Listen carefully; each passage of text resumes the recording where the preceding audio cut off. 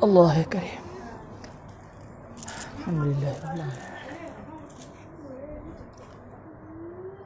Bismillahirrahmanirrahim. Assalamualaikum warahmatullahi taala wabarakatuh.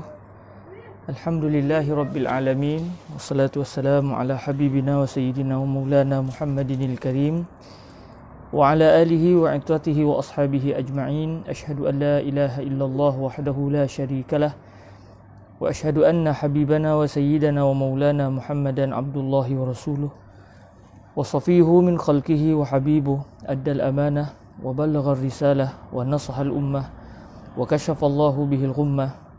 Allahumma salli wa sallim wa zid wa barik ala habibina wa sayyidina wa maulana Muhammadin wa ala ali sayyidina Muhammad. Alhamdulillah, kita sama-sama mengucapkan kesyukuran kepada Allah Subhanahu wa taala. Dengan keizinan daripada Allah, kita dapat bertemu pada majlis yang ke-31, dan insya-Allah hari ini kita akan mengkhatamkan biiznillah subhanahu wa taala kitab karangan Syekh Abdullah ibnu Muhammad As-Siddiq Al-Ghumari rahimahullahu subhanahu wa taala. Semoga Allah subhanahu wa taala menjadikan barakah kita membaca hadis-hadis Rasulullah sallallahu alaihi wasallam pada hari ini akan menggembirakan hati kita insya-Allah subhanahu wa taala di akhirat kelak. Allahumma amin. Dan insya-Allah sekiranya majlis kita tidak dapat habis sebelum asar, selepas solat asar kita akan sambung semula insya-Allah subhanahu wa taala. Kita akan sambung baki yang berbaki daripada kitab ini insya-Allah. Kita akan cuba habiskan sebelum asar. Namun kalaulah kita tidak sempat untuk menghabiskannya sebelum asar, kita akan menyambung insya-Allah subhanahu wa taala selepas daripada kita selesai solat asar biiznillah subhanahu wa taala. Okey. Kita berbaki hari itu kita akan baca peringkat awalnya selawat ke atas Nabi sallallahu alaihi wasallam sebanyak 19 kali pada hari ini. Hari itu kita dah berselawat sebanyak 15 kali. Kita dah selawat sebanyak 15 kali, jadi berbaki kepada kita sebanyak lagi 19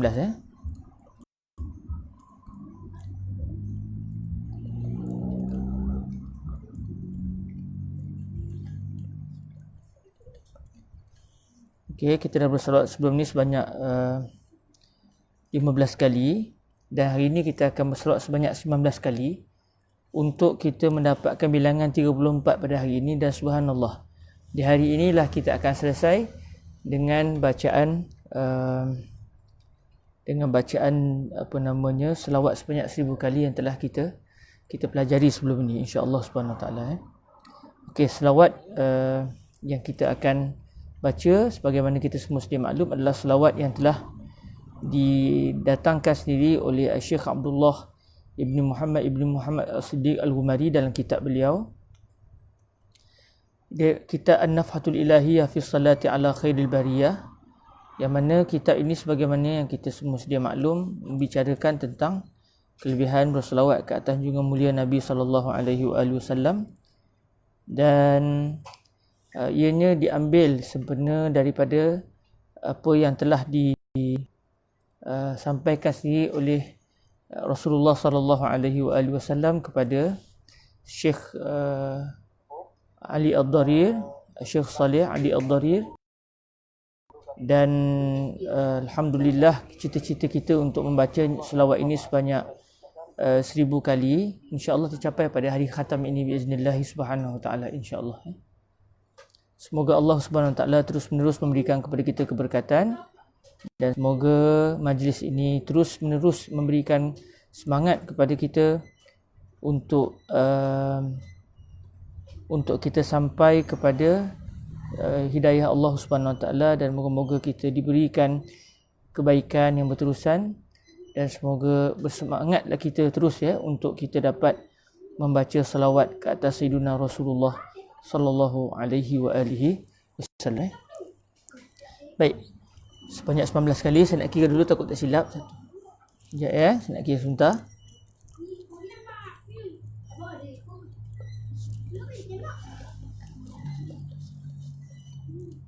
Okey, 19. Kita mulakan insya-Allah. Allahumma salli ala sayyidina Muhammadin salatan tunajjina biha min jami'il ahwali wal afat wa taqdi lana biha jami'al hajat wa tutahhiruna biha min jami'is sayyi'at wa tarfa'una biha a'la ad-darajat wa tuballighuna biha aqsal ghayat min jami'il khairat fil hayati wa ba'dal mamat wa ala alihi wa sahbihi wa sallim. Allahumma salli ala sayyidina Muhammadin salatan tunajjina biha min jami'il ahwali wal afat wa taqdi lana biha jami'al hajat wa tutahhiruna biha min jami'is sayyi'at wa tarfa'una biha a'la ad-darajat wa tuballighuna biha aqsal ghayat min jami'il khairat fil hayati wa ba'dal mamat wa ala alihi wa sahbihi wa sallim. Allahumma salli ala sayyidina Muhammadin salatan tunajjina biha min jami'il ahwali wal afat wa taqdi lana biha jami'al hajat wa tutahhiruna biha min jami'is sayyi'at wa tarfa'una biha a'la ad-darajat wa tuballighuna biha aqsal ghayat min jami'il khairat fil hayati wa ba'dal mamat wa ala alihi wa sahbihi wa sallim. Allahumma salli ala sayyidina Muhammadin salatan tunajjina biha min jami'il ahwali wal afat wa taqdi lana biha jami'al hajat wa tutahhiruna biha min jami'is sayyi'at wa tarfa'una biha a'la ad-darajat wa tuballighuna biha aqsal ghayat min jami'il khairat fil hayati wa ba'dal mamat wa ala alihi wa sahbihi wa sallim.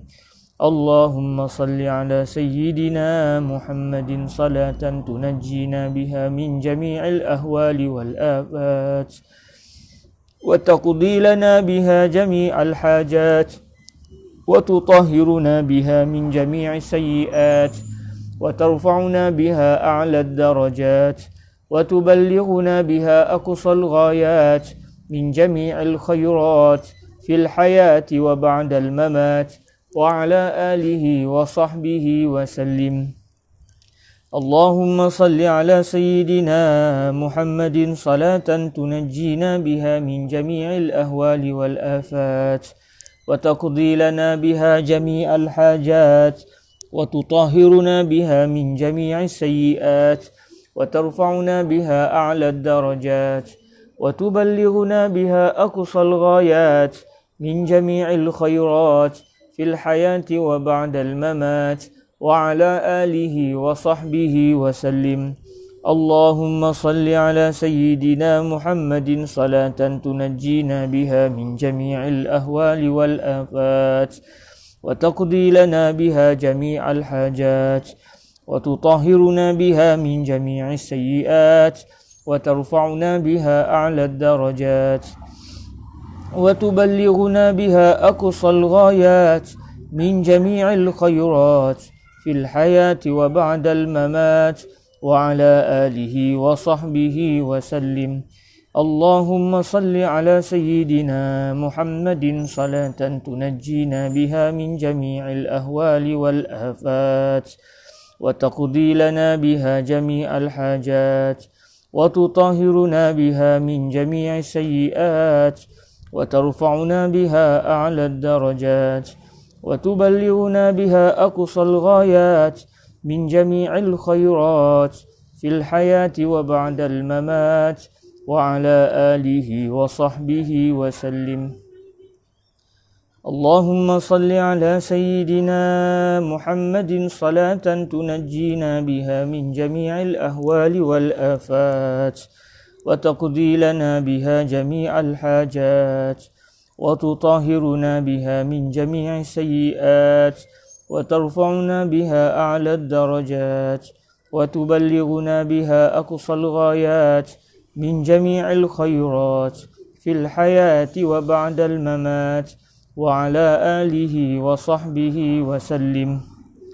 اللهم صل على سيدنا محمد صلاة تنجينا بها من جميع الأهوال والآفات وتقضي لنا بها جميع الحاجات وتطهرنا بها من جميع السيئات وترفعنا بها أعلى الدرجات وتبلغنا بها أقصى الغايات من جميع الخيرات في الحياة وبعد الممات وعلى آله وصحبه وسلم. اللهم صل على سيدنا محمد صلاة تنجينا بها من جميع الأهوال والآفات وتقضي لنا بها جميع الحاجات وتطهرنا بها من جميع السيئات وترفعنا بها أعلى الدرجات وتبلغنا بها أقصى الغايات من جميع الخيرات في الحياة وبعد الممات وعلى آله وصحبه وسلم.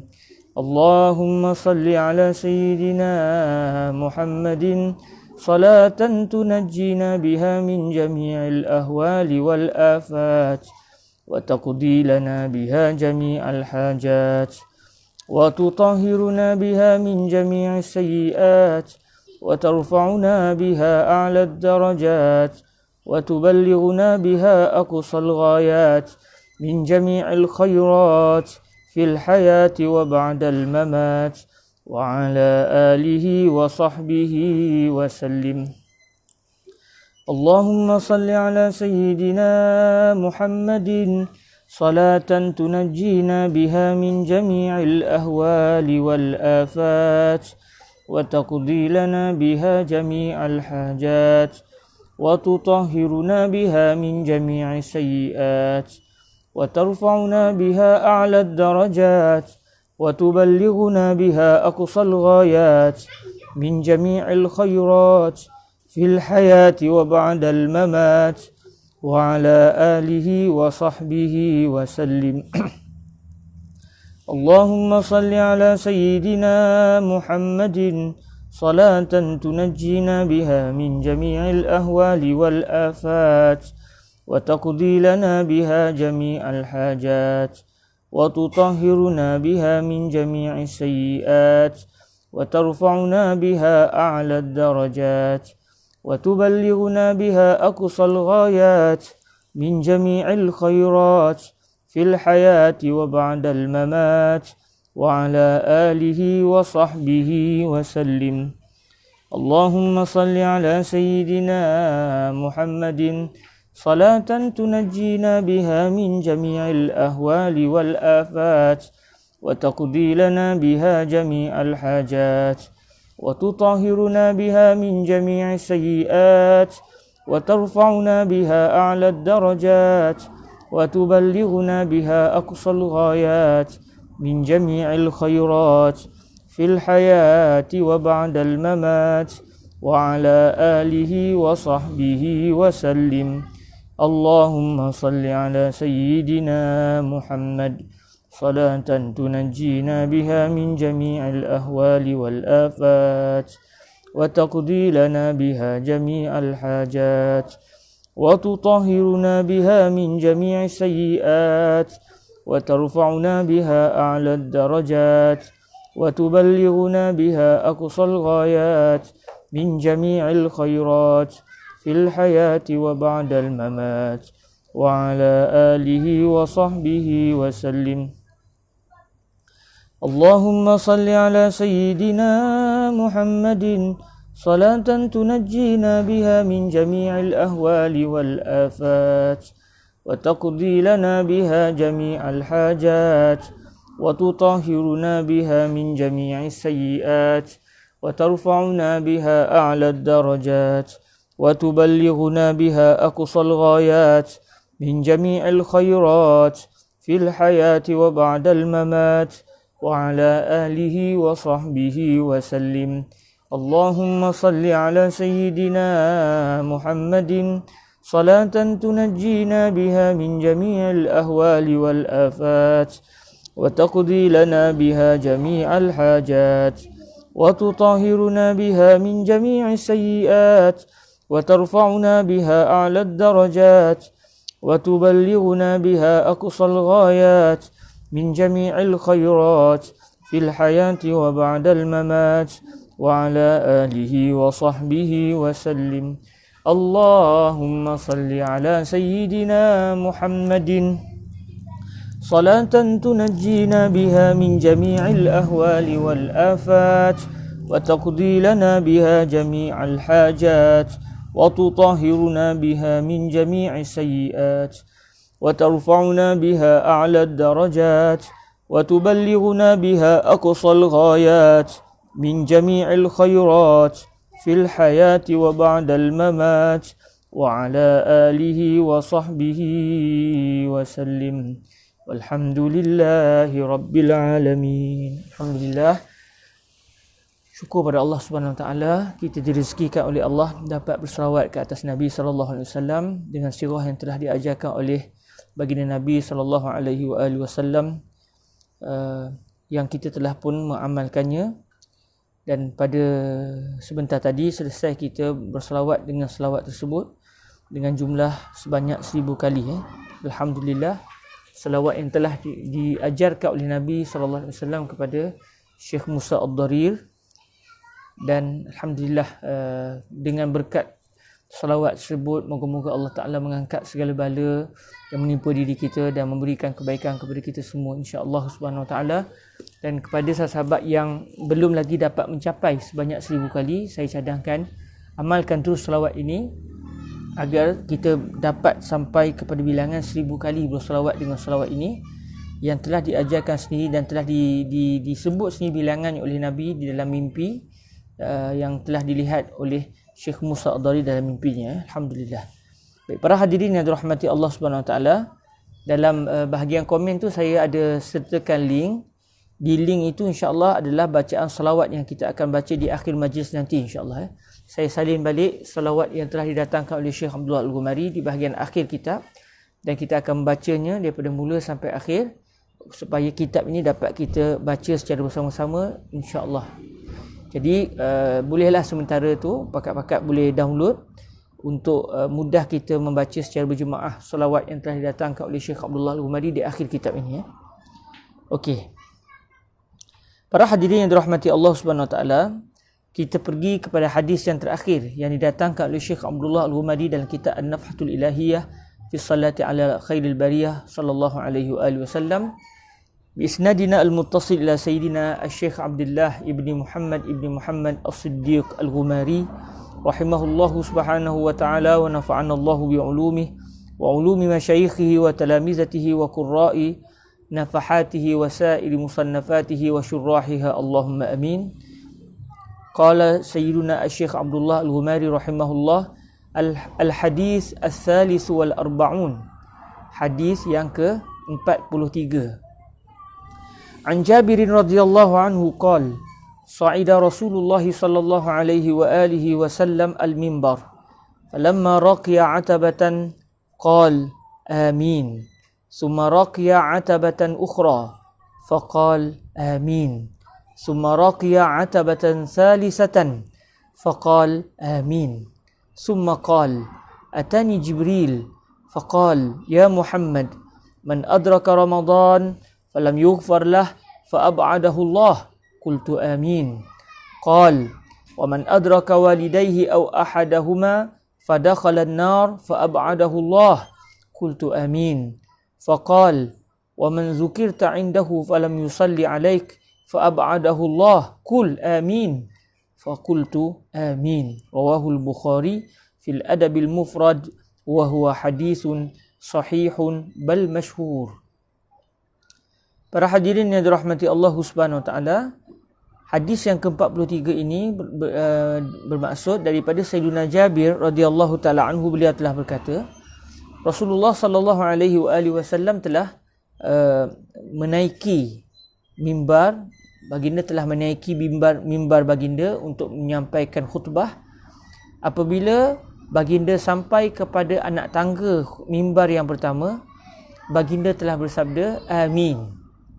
Kemudian baginda naik ke tangga mimbar yang kedua, kemudian baginda telah berkata amin. Kemudian baginda telah menaiki tangga mimbar yang ketiga, lalu baginda telah bersabda amin. Kemudian baginda telah berkata, sesungguhnya Jibril telah mendatangiku. Lalu beliau telah berkata, wahai Muhammad, barang siapa yang telah menemui Ramadan tetapi dia tidak pula diampunkan dosanya, maka dia telah dijauhkan oleh Allah. Saya telah berkata, iaitu Nabi SAW telah bersabda amin. Sayyidina Jibril telah berkata lagi, barang siapa yang telah menemui, yang sempat sempat menemui dua ayahnya atau salah seorang di antara mereka berdua, lalu dia masuk pula ke dalam neraka, maka dia telah dijauhkan oleh Allah. Saya telah berkata, iaitu Nabi SAW, amin. Sayyidina Jibril telah berkata lagi, barang siapa yang anda disebut di sisinya, tiba-tiba dia tidak perlu berselawat ke atas anda, maka dia telah dijauhkan oleh Allah. Katakan wahai Nabi, amin. Lalu saya telah berkata, amin. Hadis ini telah diriwayatkan oleh Al-Imam Al-Bukhari dan kitab beliau Al-Adabul Mufrad, dan ini adalah hadis sahih, bahkan ianya adalah hadis masyhur. Maknanya hadis ini selain daripada statusnya sahih, dia diriwayatkan oleh ramai para sahabat, cuma tak sampai ke tahap mutawatir saja. Bukan seorang yang meriwayatkan, tapi ramai. Cuma ramai mereka tidak sampai ke tahap mutawatir. Maknanya status hadis ini adalah masyhur, hampir kepada, maknanya statusnya hampir kepada hadis mutawatir, tapi tidak sampai ke tahap hadis mutawatir. Baik, para hadirin yang dirahmati Allah Subhanahu Wa Taala, daripada hadis yang telah diriwayatkan oleh Sayyidina Jabir ibn Abdullah radhiyallahu anhuma ini, ada beberapa perkara yang kita dapat mengambil kesimpulan daripada hadis ini. Yang pertama, kalau kita lihat dalam sanad ataupun dalam matan hadis ini, Nabi SAW telah menaiki mimbar. Maknanya bila menaiki mimbar ni, maknanya tujuan untuk berkhutbah lah. Maknanya kemungkinan ini adalah khutbah Jumaat lah. Peristiwa ini berlaku kemungkinannya pada hari Jumaat, sewaktu Nabi ingin menyampaikan khutbah. Atau mungkin juga berlaku pada hari raya, sewaktu Nabi ingin menyampaikan khutbah. Tak disebut pula dalam sanad, dalam matan hadis ini bilakah ianya berlaku. Cuma Rasulullah SAW menaiki mimbar, dan Nabi menaiki mimbar kebiasaannya pada hari Jumaat ataupun pada hari raya Idul Adha untuk menyampaikan khutbah dalam masjid Nabi lah. Kemudian Nabi telah menaiki tangga. Bila Nabi naik tangga yang pertama, Nabi sebut amin. Lepas tu Nabi naik tangga yang kedua, Nabi sebut amin. Nabi naik pada tangga yang ketiga, Nabi juga menyatakan amin. Kemudian Nabi telah menerangkan kepada sahabat kenapa Nabi menyebut kalimah amin sebanyak 3 kali. Jadi kalau kita lihat dalam hadis-hadis yang lain, contohnya sebagaimana diriwayatkan oleh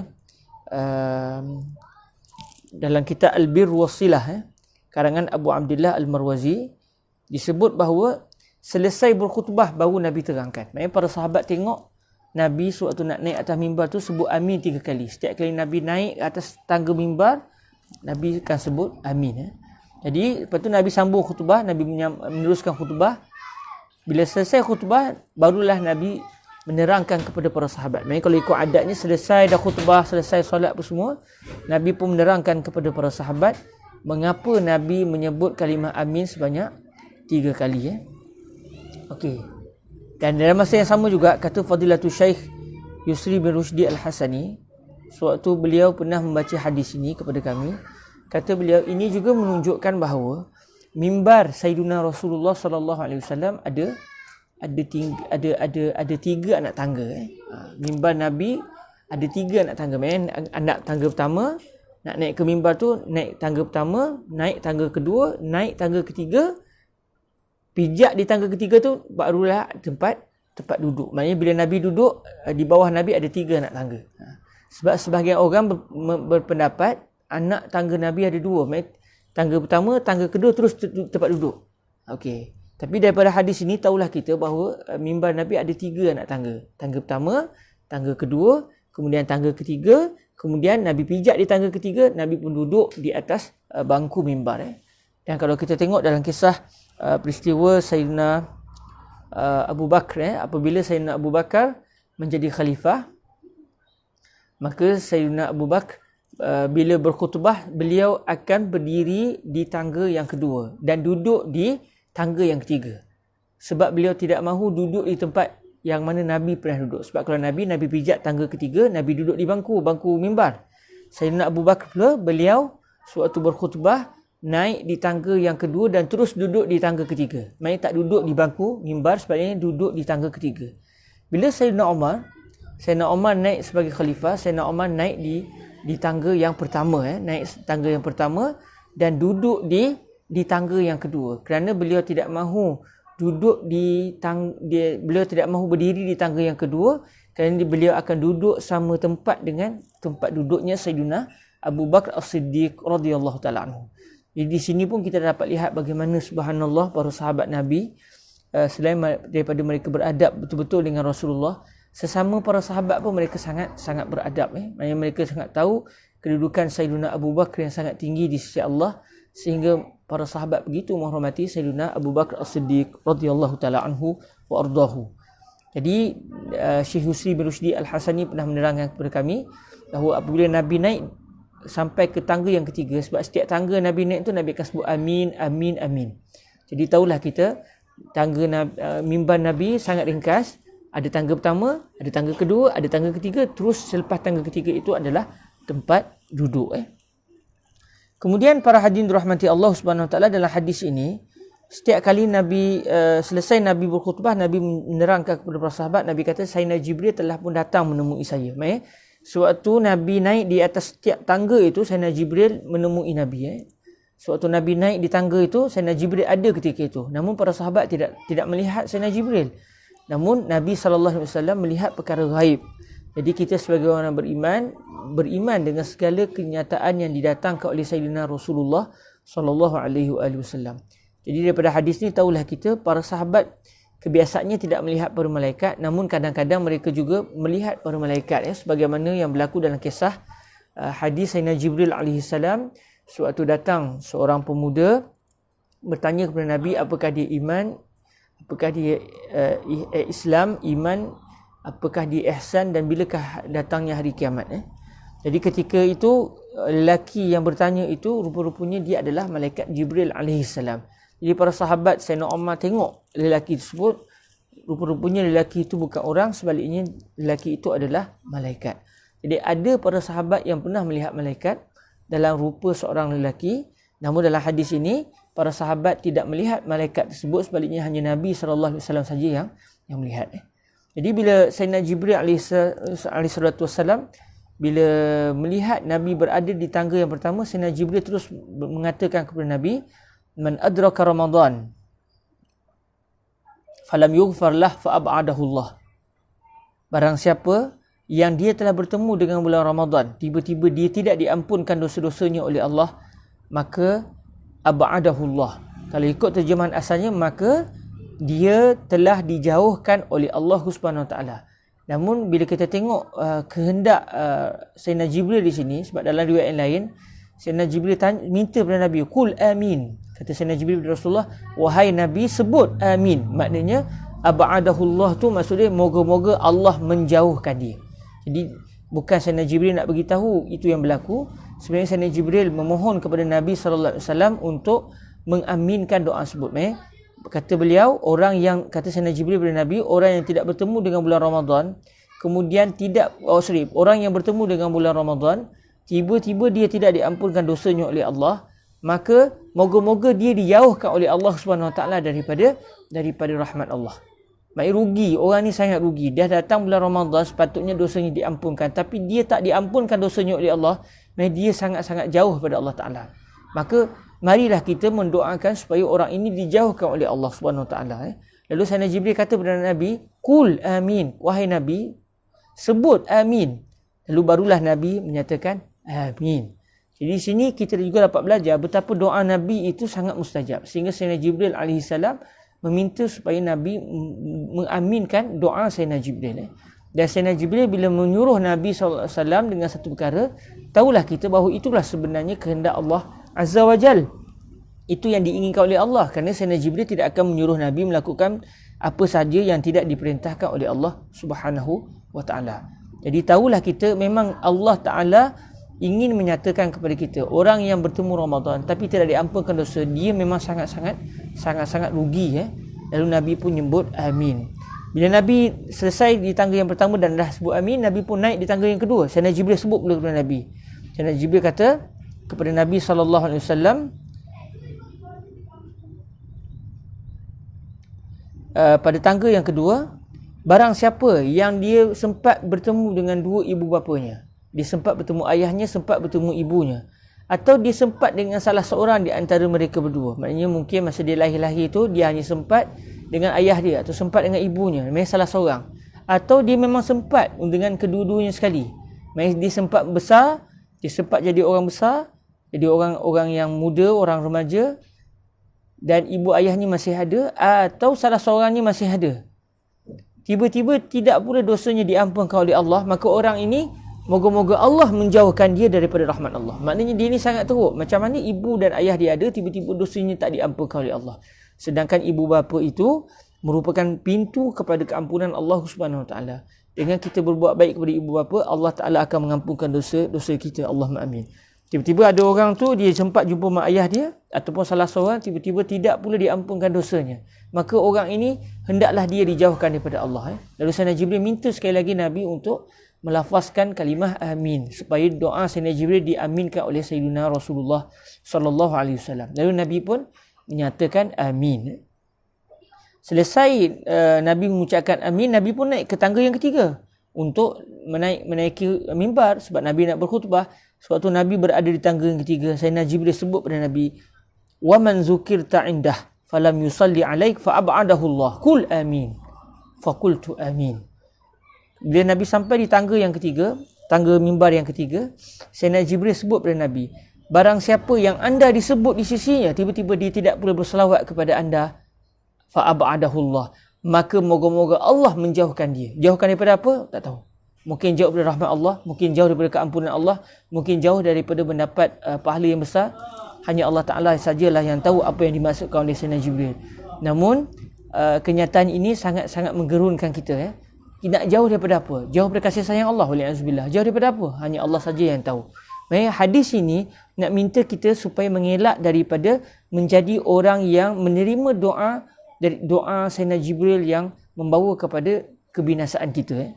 Jadi dalam doa yang ketiga ini, Nabi kata, Sayyidina Jibril sebut kepada Nabi, barang siapa yang anda disebut di sisinya, tiba-tiba dia tidak pula berselawat ke atas anda, fa ab'adahu Allah, moga-moga dia akan dijauhkan oleh Allah Subhanahu Wa Taala. Maknanya Nabi menyatakan, Sayyidina Jibril sebut pada Nabi, orang ini moga-moga Allah jauhkan dia daripada apa, hanya Allah saja yang tahu.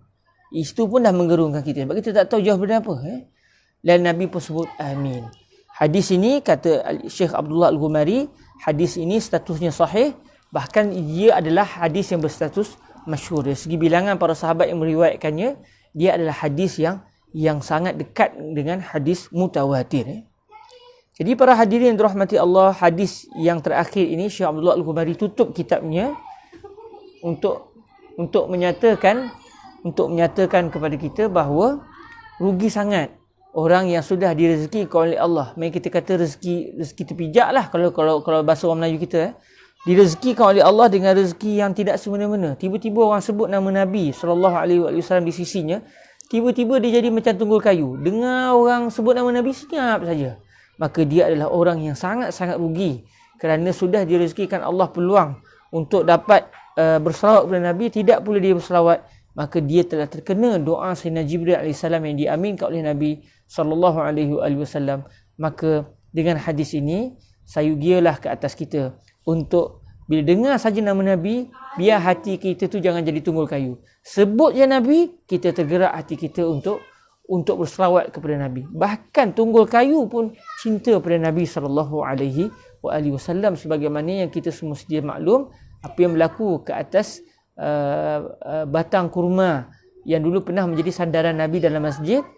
Kemudian apabila dibina mimbar, Nabi pun naik atas mimbar, batang kurma itu menangis teresak-esak kerana sudah tidak lagi Nabi bersandar jasad baginda ke batang kurma tersebut. Maknanya batang kurma pun cinta kepada Nabi. Maknanya orang yang bila dengar disebut nama Nabi, tidak pula dia tergerak hatinya, tidak berbunga-bunga hatinya, orang ini lebih teruk daripada tunggul kayu. Moga-moga bukanlah kita orang tersebut. Allahumma amin. Selesailah kita membaca hadis yang terakhir daripada kitab An-Nafhatul Ilahiyah fi Salati ala Khairil Bariyah. Moga-moga 43 hadis yang telah kita pelajari ini menggerakkan terus hati kita untuk menjadi orang yang banyak berselawat ke atas Sayyiduna Rasulullah sallallahu alaihi wa alihi wasallam. Mari kita melihat berita gembira yang terakhir didatangkan oleh Syekh Abdullah Al-Ghumari di dalam kitab beliau, Al-Mubashiratu Al-Hadiyatu Was-Salasun, berita gembira yang ke-31. Berita gembira yang ke-31. Berita gembira yang ke-31 iaitu pada muka surat Allahumma salli ala sayyidina Nabi. Pada muka surat yang ke-122 pada muka surat 122.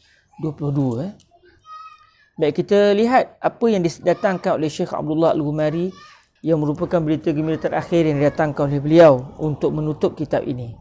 Qala Syekh Abdullah Al-Ghumari rahimahullahu azza wa jalla, Al-Mubashiratu Al-Hadiyatu Was-Salasun. Rawa Al-Syekh Abu Hafs Umar bin Al-Hasan As-Samarqandi an ba'd masyayikhihi an abihi qala sami'tu rajulan fil haram wa huwa kathiru as-salati 'ala an-nabiy sallallahu alaihi wa alihi wasallam haythu kan fil haram wa Arafah wa Mina. Faqultu lahu ayyuha ar-rajul inna likulli maqamin maqala fama baluka la tashtaghilu bid-du'a ولا بالتطوع بالصلاة سوى أنك تصلي على النبي صلى الله عليه وآله وسلم. فقال إني خرجت من خراسان حاجا إلى هذا البيت وكان والدي معي فلما بلغنا الكوفة اعتل والدي وقويت علته فمات فغطيت وجهه بإزار ثم غبت عنه وجئت إليه fakashaftu wajhahu. Dalam buku kita wajha, jadi tertinggal huruf ha selepasnya. Fakashaftu wajhahu liarahu fa iza suratuhu ka suratil himar.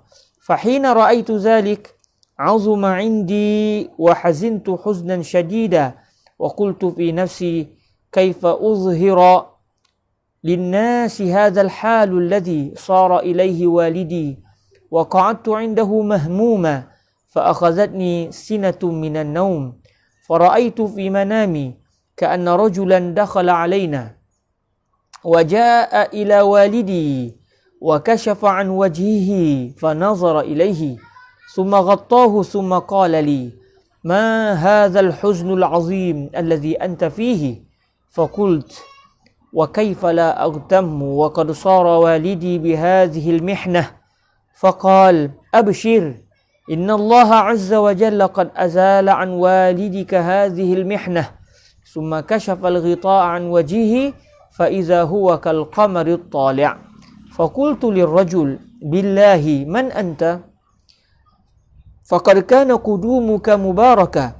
فقال أنا المصطفى صلى الله عليه وآله وسلم. فلما قال ذلك فرحت فرحا عظيما وأخذت بطرف ردائه فلففته على يدي وقلت بحق الله يا رسول الله ألا أخبرتني بالقصة؟ فقال إن والدك آكل الربا وإن من حكم الله عز وجل أن من أكل الربا أن يحول الله صورته عند الموت كصورة الحمار إما في الدنيا وإما في الآخرة ولكن كان من عادة والدك أن يصلي علي في كل ليلة قبل أن يضطجع على فراشه 100 مرة. فلما عرضت له هذه من أكل الربا جاءني الملك الذي يعرض علي أعمال أمتي فأخبرني بحالة والدك fasa'altullaha fashaffa'ani fihi. Qal fastayqaztu fakashaftu an wajhi walidi fa iza huwa kal qamari lailata badrihi fahamidtu. Tertinggal huruf ta di situ.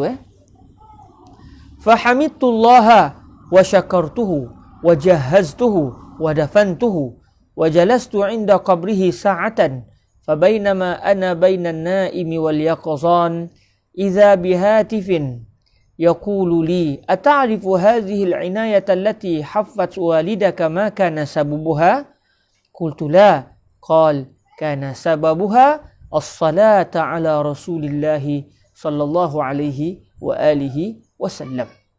Berita gembira yang ke-31 ini adalah sebuah kisah yang telah diriwayatkan oleh Syekh Abu Hafs Umar Ibn Hasan As-Samarqandi. Beliau telah meriwayatkan kisah ini daripada sebahagian guru-guru beliau, yang mana ayah kepada salah seorang guru beliau ini telah menceritakan bahawa saya telah mendengar seorang lelaki di tanah haram. Saya telah mendengar satu orang lelaki sewaktu di tanah haram, dia ini adalah orang yang banyak berselawat ke atas Nabi SAW di mana saja dia berada. Maksudnya pada musim haji, saya bertemu dengan satu orang, dia ni berselawat saja kerja dia. Sama ada di tanah haram Makki atau di Arafah atau di Mina, main di semua tempat-tempat yang merupakan tempat orang-orang yang menunaikan haji, saya jumpa dia, saya tengok dia ni hanya berselawat saja. Sedangkan di setiap tempat tu ada doa-doa khusus yang telah diajar oleh Sayyidina Rasulullah sallallahu alaihi wasallam. Namun orang ini dia tak membaca doa-doa tersebut, sebaliknya dia hanya menyebutkan dirinya dengan berselawat ke atas Nabi alaihi salatu wasallam. Lalu ayah kepada salah seorang guru kepada Syekh Umar bin Al-Hasan As-Samarqandi telah sebut kepada lelaki tadi, ayuhar rajul, wahai lelaki, sesungguhnya di setiap tempat ada ucapannya.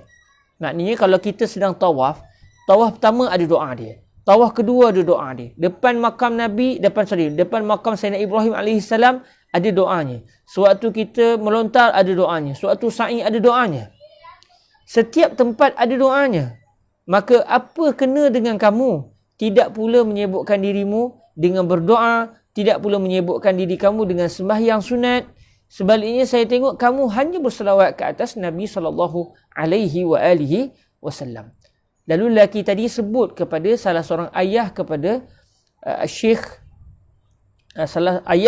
salah seorang syekh bagi Syekh Umar bin Al-Hasan As-Samarqandi. Kata lelaki tadi, saya ini satu ketika dahulu telah keluar daripada Khurasan. Beliau berasal daripada Khurasan. Saya telah keluar daripada kampung saya di Khurasan dalam keadaan saya keluar untuk menunaikan haji ke Kaabah, menunaikan haji untuk saya menunaikan haji di Baitullah. Dan ayah saya ada bersama dengan saya dalam perjalanan itu menunaikan haji. Maka daripada Khurasan kami pun bergerak menuju ke Makkah Al-Mukarramah. Sampai saja kami di Kufah, ayah saya jatuh sakit. Kemudian semakin teruk sakitnya, akhirnya ayah saya telah meninggal dunia.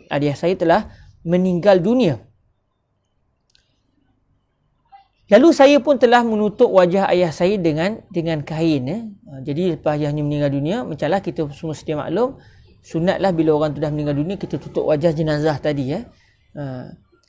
Lalu saya pun selepas saya tutup wajah ayah saya pun saya pun meninggalkan sementara ayah saya sebab mungkin beliau nak minta tolong orang lain, mungkin beliau nak mencari persiapan untuk minta tolong mengkebumikan jenazah ayahnya. Dalam keadaan beliau bukan berada di kampungnya, berada di dalam perjalanan. Jadi mungkin nak minta tolong orang sana sini sebab tak kenal. Jadi kena ke sana ke sini untuk urusan nak menguruskan jenazah ayahnya.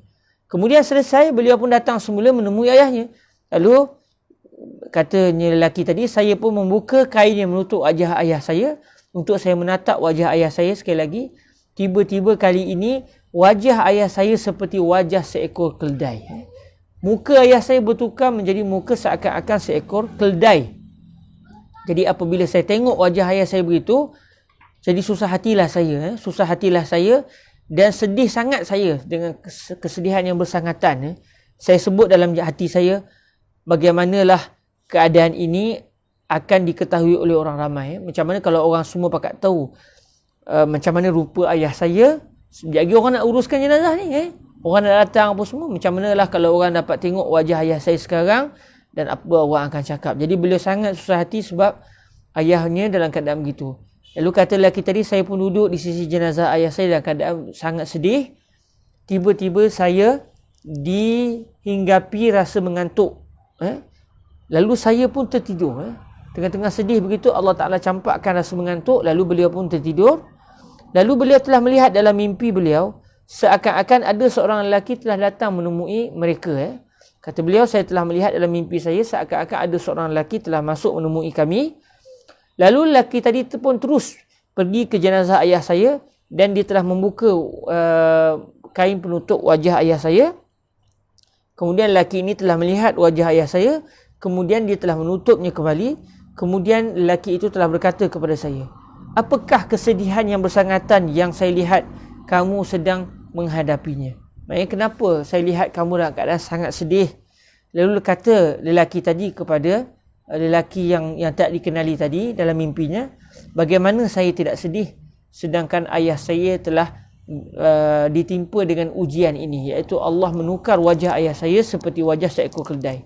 Lalu kata lelaki tadi, lelaki yang datang dalam mimpi tersebut, kata lelaki yang tidak dikenali ini kepada si lelaki yang kematian ayahnya tadi, bergembiralah, sesungguhnya Allah Azza wa Jalla telah menghilangkan daripada ayahmu kesusahan ini, ujian ini.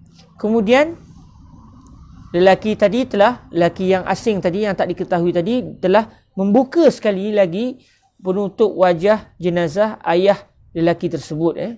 Tiba-tiba wajah ayah lelaki tersebut bertukar. Ketika itu sudah seperti bulan purnama. Lalu saya, kata si lelaki yang bermimpi tadi, sebut kepada lelaki yang tak diketahui tadi, demi Allah, siapakah sebenarnya anda? Sesungguhnya kedatangan anda adalah kedatangan yang membawa keberkatan. Sesungguhnya kedatangan anda membawa keberkatan, sehingga wajah ayah saya bertukar semula kepada wajah yang indah, daripada buruk kepada indah. Lalu kata lelaki yang tak dikenali tadi, saya adalah Al-Mustafa.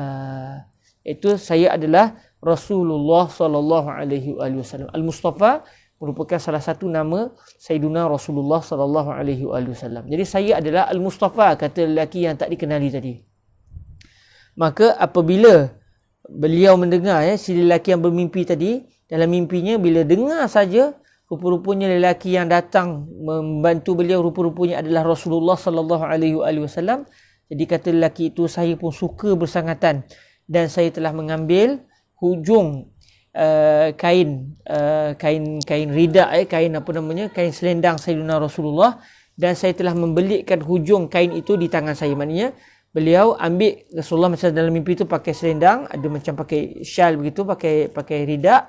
Lalu lelaki tadi pegang hujung kainnya dan dibelitkan di tangannya. Dibelit maknanya supaya kuat genggam. Kalau pegang macam tu je, kalau ditarik mungkin terlepas. Ini dia pegang dan dia belitkan di tangan dia sikit supaya kalau tarik pun tak terlepas dengan mudah. Lalu saya kata, demi Allah, wahai Rasulullah, tidakkah anda ingin memberitahu kepada saya apakah sebenarnya kisah ini? Kenapa ayah saya boleh bertukar muka jadi wajah himar, kemudian datang balik, anda datang dan berubah semula menjadi wajah yang berseri-seri. Lalu kata Rasulullah SAW kepada lelaki tersebut, sesungguhnya ayahmu adalah orang yang makan riba. Ayahmu orang yang makan harta riba. Makan riba. Sesungguhnya hukum Allah Azza wa Jal ke atas orang yang makan riba, Allah akan menukar wajahnya ketika mati seperti wajahnya seekor keledai, sama ada di dunia atau di akhirat. Maksudnya selepas dia meninggal dunia, wajahnya akan ditukar dengan wajah himar. Mukanya akan ditukar dengan muka himar, muka keledai. Sama ada di dunia orang pakat tengok macam lelaki tadi tengok, atau orang tengok muka dia macam biasa, tapi di akhirat nanti akan dibangkitkan dengan muka keledai. Jadi itu yang disebut oleh Nabi SAW dalam mimpi lelaki tadi. Ayahmu orang yang makan harta riba. Moga-moga Allah Ta'ala jadikan harta yang kita makan semuanya bersih daripada benda-benda haram. Moga Allah selamatkan kita. Jadi kata Nabi SAW, ayahmu makan riba. Makan riba ni dosa besar. Orang yang mengambil riba ni dosa besar. Moga-moga diselamatkan Allah daripada kita terlibat dalam riba. Dan orang yang, kata Nabi dalam mimpi tadi, orang yang makan riba, orang yang mengambil riba, maka balasan yang akan diberikan oleh Allah kepadanya selepas dia mati, sama ada memang sewaktu dia dilihat sebagai jenazah atau di akhirat nanti sewaktu dia dibangkitkan, wajahnya akan ditukar seperti muka keldai. Namun Nabi sebut kepada lelaki tadi, namun ayahmu tu ada satu adat, ada satu kebiasaan, iaitu ayahmu itu akan berselawat ke atasku pada setiap malam sebelum dia berbaring di atas katilnya. Dia akan berselawat terlebih dahulu 100 kali. Maknanya ayah lelaki tadi, dia punya wirid dia per hari, setiap malam masa dia nak tidur tu, sebelum dia baring, dia akan berselawat terlebih dahulu. Betul juga tu, sebab kalau berselawat sambil baring takut tak sampai 100 Selawat 1, 2, 3, 4, 5, masuk selawat yang ke-6 hilang. Jadi tak jadi 100 kali. Jadi lelaki tadi sebelum dia tidur, dia akan duduk, dia akan berselawat ke atas Rasulullah sebanyak 100 kali, baru dia tidur, baru dia berbaring. Jadi itu merupakan kebiasaan ayahmu, kata Nabi SAW.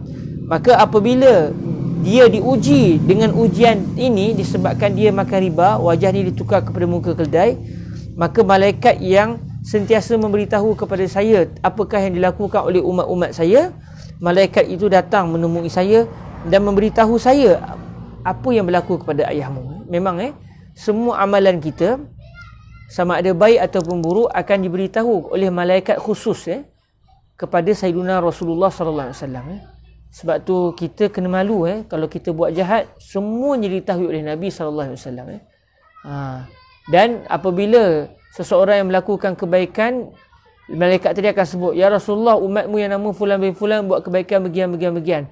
Maka Nabi akan memuji Allah kerana memberikan kepada kita hidayah. Kalau malaikat tadi sebut kepada Nabi, ya Rasulullah, fulan bin fulan kalangan umatku buat maksiat sekian, orang ni buat dosa sekian, maka Rasulullah dalam hadis yang lain akan memohon istighfar, memohon keampunan daripada Allah, agar Allah memberikan keampunan kepada umat tersebut, kepada orang tersebut. Maknanya dalam apa keadaan pun Rasulullah tidak benci kepada kita. Kita buat maksiat, wali'azubillah, ada orang buat maksiat, Nabi akan memohon agar Allah mengampunkan dosa dia.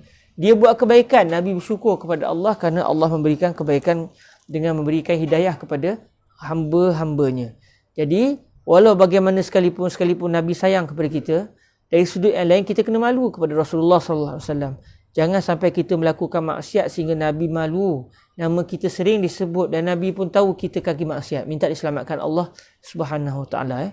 Jadi kata Nabi, suatu ayahmu meninggal dunia, malaikat itu bagi tahu kepada saya apa yang berlaku kepada ayahmu. Lalu saya telah meminta kepada Allah agar Allah mengurniakan kepada saya syafaat, agar saya dapat memberikan syafaat kepada ayahmu. Lalu selepas Nabi sebut begitu, lelaki yang mimpi tadi terjaga daripada tidurnya. Dalam mimpinya tengok muka ayahnya berubah. Dia bangun-bangun terus, dia selak kain, tengok apa yang berlaku pada wajah ayahnya. Apabila dia selak, dia tengok wajah ayahnya sangat indah seperti bulan ketika bulan purnama. Bulan kan ada bulan setengah, ada bulan sikit. Ini dia tengok wajah ayahnya bersinar-sinar indah seperti keadaan bulan sewaktu ketika bulan bertukar menjadi bulan purnama, iaitu pada hari 13, 14 dan 15 bulan Islam. Lalu lelaki tadi kata, saya pun bersyukur kepada Allah. Saya puji Allah, saya syukur pada Allah di atas nikmat Allah tutup ayah saya, orang pakat tak tahu. Lalu saya pun segera menguruskan jenazah ayah saya, mandikan ayahnya, kafankan, solatkan, dan akhirnya kata beliau, saya pun mengebumikan ayah saya, kebumikan ayahnya. Kemudian saya pun duduk di kuburnya dalam satu ketika, duduk lepas selesai ke bumi, beliau tak balik terus, duduk di kubur tu. Mungkin berdoa, mungkin memohon istighfar kepada Allah Ta'ala. Maka sewaktu, kata lelaki tadi, saya ketika dalam keadaan antara jaga dan tidur. Ketika saya duduk tu, tiba-tiba saya macam mengantuk. Sewaktu saya sedang dalam keadaan dalam keadaan separa sedar lah. Separa sedar antara tidur dan jaga. Tiba-tiba ada satu suara bertanya kepada saya, kamu tahu tak? Suara tu kata apa? Kamu tahu tak kenapa ayahmu mendapat pertolongan seperti ini? Apa sebabnya? Lalu kata lelaki tadi, saya tidak tahu. Maknanya kalau ikut cerita tadi, Nabi dah bagi tahu dah. Tapi lelaki ni tak tahu, kok di sana ada lagi kebaikan yang dilakukan oleh ayahnya, sehingga akhirnya Allah Ta'ala memuliakan ayahnya walaupun ayahnya kaki riba. Lalu kata beliau, saya tak tahu. Maksudnya saya tak tahu secara tepatnya itu sahajakah atau ada amalan lain. Lalu kata suara tadi, mungkin suara malaikat lah, suara tadi sebut kepada lelaki tadi, sebabnya adalah dia kerana selawat ke atas Nabi SAW. Maknanya dengan sebab lelaki tadi orangnya banyak berselawat, walaupun dia kaki melakukan maksiat, buat dosa besar lagi, iaitu makan harta riba, Allah Ta'ala mengampunkan dosanya dengan berkat berselawat ke atas Sayyidina Rasulullah SAW. Jadi tuan-tuan yang dirahmati Allah, nak katanya selawat ini ke atas Nabi ini sangat besar. Ampun dosa, Allah Ta'ala naikkan darjat, Nabi jadi sayang. Dalam masa yang sama, bukanlah kisah-kisah yang menggembirakan kita ini tujuannya untuk kita buat satu pandangan pula. Tak apalah kalau begitu, kita buat maksiat pun tak apa, yang penting banyak berselawat. Jangan begitu, sebab seakan-akan kita tidak memuliakan Sayyidina Rasulullah SAW. Namun katakan seseorang itu jatuh dalam lembah maksiat, janganlah dia gusar, janganlah dia rasa sedih hati, janganlah dia rasa dia putus asa daripada rahmat Allah, sebab walaupun dia telah jatuh dalam lembah maksiat, dia masih ada Sayyidina Rasulullah SAW, dia masih ada Allah Azza wa Jal. Maka banyakkanlah berselawat ke atas Nabi. Moga-moga segala dosa yang dilakukan itu diampunkan oleh Allah Subhanahu Wa Taala berkat kita menyebut nama kekasih Allah yang Maha Agung, Sayyidina Rasulullah sallallahu alaihi wa alihi wasallam. Alhamdulillah, selesailah tuan-tuan yang dirahmati Allah Subhanahu Wa Taala. Kita membaca kitab An-Nafhatul Ilahiyah fi Salati ala Khairil Bariyah sallallahu alaihi wa alihi wasallam. Selesailah kita membaca seluruh hadis dan selesailah kita membaca seluruh kisah-kisah gembira yang telah didatangkan oleh Syekh Abdullah Al-Ghumari dalam kitab An-Nafhatul Ilahiyah fi Salati ala Khairil Bariyah sallallahu alaihi wasallam. Syukur pada Allah. Dan sebagaimana yang kita semua sedia maklum, kitab ini terbahagi kepada 3 bahagian. Bahagian pertama menceritakan tentang hadis-hadis menceritakan tentang kelebihan berselawat. Bahagian kedua menceritakan tentang kisah-kisah orang-orang soleh yang telah mendapat ganjaran besar kerana mereka banyak berselawat ke atas junjungan mulia Nabi Muhammad sallallahu alaihi wasallam. Maka bahagian yang ketiga adalah selawat-selawat yang didatangkan oleh Syekh Abdullah ibni Muhammad As-Siddiq Al-Ghumari, yang beliau datangkan khusus supaya selepas kita dengar kisah-kisah gembira, selepas kita dengar hadis tentang kelebihan berselawat, jadi kita pun nak berselawat. Okey, apa cadangan contoh gaya selawat yang kita nak berselawat dengannya? Maka Syekh Abdullah ibni Muhammad As-Siddiq Al-Ghumari rahimahullah subhanahu wa ta'ala mendatangkan contoh-contoh selawat yang bila saya lihat ada di antara selawat ini berasal daripada hadis-hadis Rasulullah sallallahu alaihi wasallam. Ada juga selawat yang didatangkan ini daripada kisah-kisah orang soleh yang bermimpi bertemu dengan Nabi, lalu Nabi mengajarkan kepada mereka selawat-selawat tersebut. Jadi alhamdulillah, insya-Allah walaupun kita telah pun selesai membaca kitab ini, 2 bahagiannya telah selesai, berbaki lagi berselawat ke atas Sayyidina Rasulullah sallallahu alaihi wasallam. Insya-Allah disebabkan waktu sembahyang asar dah semakin dekat, sebentar saya nak tengok berapa minit lagi tinggal. Saya kira waktu kita mungkin dalam berapa minit lagi akan azan. Jadi okey, tuan-tuan yang dirahmati Allah Subhanahu Wa Taala, saya dah datangkan dalam bahagian mesej tu, di bahagian komen tu saya datangkan link untuk memudahkan sahabat-sahabat yang dirahmati Allah Subhanahu Wa Taala membaca selawat yang telah didatangkan oleh Syekh Abdullah Al-Ghumari. Saya datangkan, saya salin balik dan saya telah pun membariskannya untuk memudahkan kita membacanya dengan baik. Jadi insya-Allah pakat-pakat boleh download insya-Allah Subhanahu Wa Taala link tersebut. Ada siapa yang dah download? Boleh tak dapat download? Cuba try. Saya download memang boleh lah sebab pakai laptop saya. Takut sahabat-sahabat yang cuba nak download tak dapat. Boleh siapa-siapa rajin tolong download sikit dan tengok respon dia bagaimana. Okey, insya-Allah kita usahakan untuk download. Kemudian dalam masa yang sama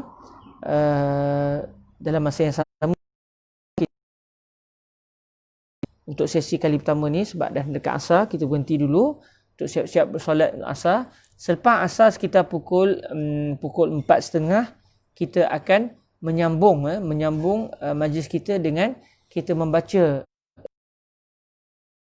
Al-Ghumari daripada awal sampai akhir biiznillah subhanahu wa taala, dan insya-Allah dengan berakhirnya selawat yang akan datang kita baca lepas asar nanti, maka khatamlah kita kitab barakah yang sangat baik yang dikarang oleh Syekh Abdullah Al-Ghumari.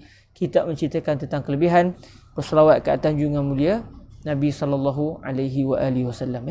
Jadi boleh download, sama-sama download, dan pukul 4.30 insya-Allah, sekitar pukul 4.30 kita akan bertemu semula untuk kita menyambung majlis kita insya-Allah subhanahu wa taala, majlis berselawat ke atas Sayyidina Rasulullah sallallahu alaihi wasallam. Baik, sebagai menangguhkan majlis untuk sementara waktu, marilah kita berselawat ke atas junjungan mulia Nabi sallallahu alaihi wasallam sebelum kita menyambung perbahasan kita insya-Allah subhanahu wa taala. Allahumma salli afdala salatin ala as'adi makhluqatika sayyidina Muhammadin wa ala alihi wa sahbihi wa sallim adada ma'lumatika wa midada kalimatika kullama zakaraka zakiruna wa ghafala an zikrihil ghafilun. Allahumma salli afdala salatin ala as'adi makhluqatika sayyidina Muhammadin wa ala alihi wa sahbihi wa sallim adada ma'lumatika wa midada kalimatika kullama zakaraka zakiruna wa ghafala an zikrihil ghafilun. Allahumma salli afdala salatin ala as'adi makhluqatika sayyidina Muhammadin wa ala alihi wa sahbihi wa sallim adada ma'lumatika wa midada kalimatika kullama zakaraka zakiruna wa ghafala an zikrihil ghafilun. Subhanakallahumma wa bihamdik ashhadu an la ilaha illa ant astaghfiruka wa atubu ilaik. Bismillahirrahmanirrahim. Wal 'asr innal insana lafi khusr illa allazina amanu wa 'amilus solihat wa tawasaw bil haqq wa tawasaw bis sabr. Wassalamualaikum warahmatullahi wabarakatuh. Kita akan jumpa semula selepas asar insya-Allah. Assalamualaikum warahmatullahi wabarakatuh.